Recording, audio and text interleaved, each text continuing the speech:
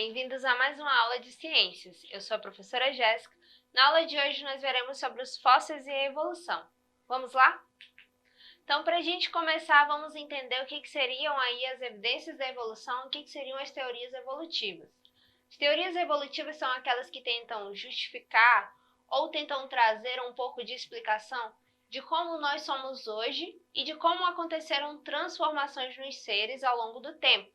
Como que eles foram se estabelecendo no meio também e como que eles foram se adaptando à medida que o tempo foi passando, à medida que a Terra também foi passando por transformações. Então, as teorias evolutivas, no final das contas, elas vão sugerir o seguinte, que os organismos, ao longo do tempo, estiveram sofrendo aí uma série de modificações desde o seu surgimento no planeta, conforme as condições do planeta foram variando, foram sofrendo transformações, como a temperatura, que teve um momento que era muito alta, depois ela resfriou um pouco, depois se estabilizou. E a questão também dos recursos, né? Alguns foram diminuindo em número, diminuindo em quantidade também, e aí foram acontecendo algumas pressões em relação aos seres, sendo que algumas espécies, em virtude dessas pressões, acabaram sendo extintas. E no fim das contas, quando a gente fala sobre isso também, é importante a gente saber que são várias evidências evolutivas que tentam justificar, né, por que alguns seres não existem mais ou como que já existiram seres tão diferentes dos que a gente tem hoje. E aí a gente vai ver quais são as principais evidências da evolução. A gente vai ver, por exemplo, que entre as principais evidências da evolução nós temos o registro fóssil, nós temos as homologias e as evidências celulares e moleculares. Vamos lá entender mais um pouco sobre isso. Para começar, hoje a gente tem a consciência de que as teorias evolutivas elas são bem mais aceitas do que antigamente, porque nos dias atuais tem uma questão de comprovação e uma questão de recursos muito maior do que se tinha anteriormente, o que faz com que algumas dessas teorias sejam melhor sustentadas, sejam melhor evidenciadas. A gente vai ver então alguns desses aspectos que foram sendo descobertos ao longo do tempo. O primeiro deles diz acerca das evidências fósseis. E o que seriam esses fósseis no fim das contas? Os fósseis são restos de animais ou plantas que se mantiveram preservados ao longo do tempo, seja pela ação da água, seja pela ação do solo. Então é quase que encontrado perfeitamente, algumas partes, alguns restos e até pegadas são consideradas fósseis também, tá? E aí eles servem como documentos que vão comprovar que a vida que nós conhecemos hoje não necessariamente é igual à vida que houve há tempos atrás. E que a gente pode ter aí vários restos, vários vestígios que vão ser esse meio de comprovação, vão ser esse comprovante de que aquelas espécies estiveram de fato aqui, né? Como eu já falei, existem vários mecanismos para ter preservado esses seres, né? Pode ser aí rocha, pode ser gelo, pode ser ambar, como a gente pode ver nessa imagem anterior, esse líquido aí amarelado, ou outros materiais também. Outra questão que é importante, que ajuda aí as teorias evolutivas, seria uma questão das homologias e analogias. O que seriam isso? Seria o que a gente chama de órgãos homólogos e análogos. Órgãos homólogos seria eu comparar os seres em virtude dos seus órgãos. E aí eu vou entender o seguinte, que às vezes os seres podem ter órgãos que morfologicamente, se fosse feito um raio-x, por exemplo, se veria que eles têm a mesma origem embrionária e que eles são muito parecidos em relação ao seu formato. Só que quando eu falo desses órgãos homólogos, não necessariamente eles vão desempenhar a mesma função em seres diferentes. Por exemplo, se for comparada a nadadeira de uma baleia com a pata de um sapo, vão se ver que a disposição desses ossos são bem parecidas, mas não necessariamente, como eu falei, desempenham a mesma função. Já os órgãos análogos também é essa comparação de seres que são diferentes, só que nesse caso agora eles não se parecem morfologicamente, o formato é completamente diferente, só que as funções desempenhadas são iguais, como é o caso da asa de um inseto e da asa de uma ave. Ambos servem para voar, mas estruturalmente falando são bem diferentes. E aí é importante a gente saber que fazendo essas análises a gente consegue ver que em algum momento pode ser que eles compartilharam algum parentesco ou que eles tenham alguma coisa em comum. Além das evidências fósseis, dos órgãos homólogos e análogos, a gente também tem o que são chamados de órgãos vestigiais. O que seriam esses órgãos vestigiais? São estruturas que nos dias atuais não são mais utilizadas porque foram atrofiadas justamente por terem caído em desuso. E aí, como não tem uma função aparente, permaneceu naquele determinado indivíduo, mas já não tem uma função, e aí como não tem função, como não vai ser utilizado para nada, pode ter diminuído consideravelmente o seu tamanho. E a presença desses órgãos serve justamente como uma evidência também, como mais uma pista da evolução, já que sem essa pista não teria como entender essa função aparente, né? E muito menos entender qual seria a relação de seres tão diferentes. Outra coisa que a gente tem aí, que eu falei lá no início, seria o que nós chamamos de evidências celulares e moleculares. O que seria isso? Seria uma descrição mais minuciosa das características que podem ser compartilhadas entre indivíduos tão diferentes e das características que pode ter acontecido em seres há anos atrás, tá? É possível perceber aí, por exemplo, algumas características da célula mais a fundo e é possível perceber também se eles têm algum ancestral em comum.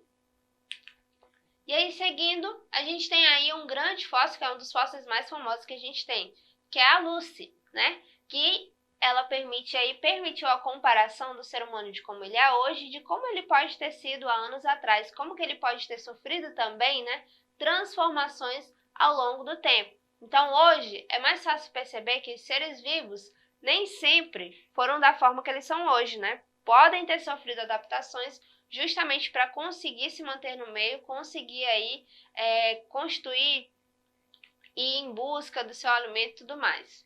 E aí tudo isso acaba comprovando as teorias evolutivas que de fato foi acontecendo uma transformação. Aí a gente tem uma comparação da evolução dos seres humanos. Nessa imagem que vocês podem ver, seria um exemplo de um homem de Neandertal, né? Nesse caso aí seria bem diferente da espécie humana atual, né? A estatura poderia ser um pouco maior, o tamanho do crânio também seria bem diferente. E nessa imagem ao lado vocês veem a comparação do tamanho do crânio. E aqui como é que se forma então, né? Como é que um fóssil pode ser preservado? Como é que acontece esse processo? Aí tem um exemplo para vocês de um peixe. O peixe morre e o seu corpo fica no fundo do mar. O que vai acontecer? Pode ser que depois que ele morreu, vai ser colocado sobre ele uma deposição. E essa deposição é a deposição de sedimentos, que vai acabar cobrindo ele totalmente. Como se fosse descarregado uma grande carga de areia sobre aquele corpo morto. E aí o que acontece? As partes moles, aquela parte que seria a carne dele propriamente dita, né, vai se decompor, porque vão ter seres que ainda vão conseguir se alimentar. Só que a parte mais estrutural, a parte aí esquelética, né, com o tempo, ela não vai ser destruída, justamente porque houve essa deposição de sedimentos, houve essa descarga de areia sobre, e aí isso vai fazer com que aos poucos essas partes possam ser substituídas, possam ser bem preenchidas e se mantenha preservada ao longo do tempo. E assim, é importante a gente destacar também que esses fósseis não são tão fáceis assim de serem encontrados. Na verdade, quem faz esse trabalho, que são os paleontólogos, é um trabalho que exige muita paciência e que exige aí questão de tempo, porque não é sempre que você vai encontrar um fóssil completo, às vezes você só vai encontrar um pedaço, e aí aos poucos você tem que ir explorando aquela área para ver se você consegue encontrar o restante, porque não é sempre que consegue se conservar ele completamente, tá? Pode sofrer aí uma série de eventos físicos, químicos e biológicos que vão ajudar na conservação desse cadáver também. E aí, qual que é a importância desses fósseis afinal, né? Por que é importante às vezes sobrar algum registro desses exemplares? Porque isso ajuda a entender o tempo de vida da Terra, a evolução que foi acontecendo ao longo do tempo no nosso planeta também, e até mesmo tentar estipular, datar o tempo das rochas e até mesmo de determinados ambientes antigos, né? Pode ser visto aí alguns tipos de fósseis, né? Que já existiram, né, há muito tempo atrás e que hoje, né, são bem difíceis de serem encontrados e às vezes nem existe mais.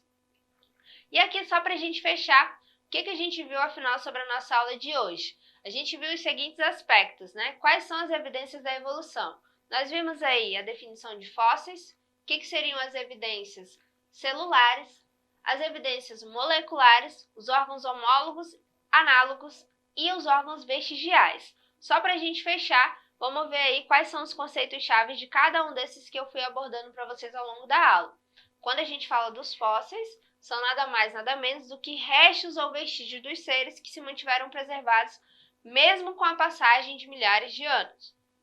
Quando eu falo dos órgãos vestigiais, são órgãos que podem estar presentes, mas que já não são do tamanho que eram anteriormente, né? Só se tem algum sinal, digamos assim, que ele esteve presente ali, mas que já não desempenha uma função porque não é mais necessária. De repente, os recursos foram alterados, as condições do ambiente também. Outra coisa que a gente tem seria aí os órgãos análogos, ou as analogias, que são estruturas que têm a mesma função, mas que são de origem embrionária diferente, que morfologicamente pode ser aí também bem diferente, como as aves dos insetos e das aves, como eu falei para vocês lá no início. Já os órgãos homólogos ou homologia seriam o quê? Estruturas de uma mesma origem embrionária, que são às vezes até bem parecidos no seu formato, mas que nesse caso não precisa desempenhar a mesma função, como a nadadeira de uma baleia e um braço humano. As evidências celulares já seriam tentar encontrar alguma relação em comum entre os seres, observando as suas células e seus aspectos celulares. E as evidências moleculares seria aí já uma comparação do código genético para tentar comprovar se tem ou não algum parentesco em comum. E aí, para a gente encerrar, vai ficar essa questão para vocês exercitando que diz assim, ó. Como os fósseis podem nos ajudar a identificar as transformações dos ambientes e dos seres vivos ao longo do tempo? E aí, em seu caderno, vocês vão registrar suas ideias a respeito disso com base nessa aula que nós tivemos hoje. Então, até a próxima aula. Vocês podem acessar essa aula mais vezes lá na plataforma Eduque.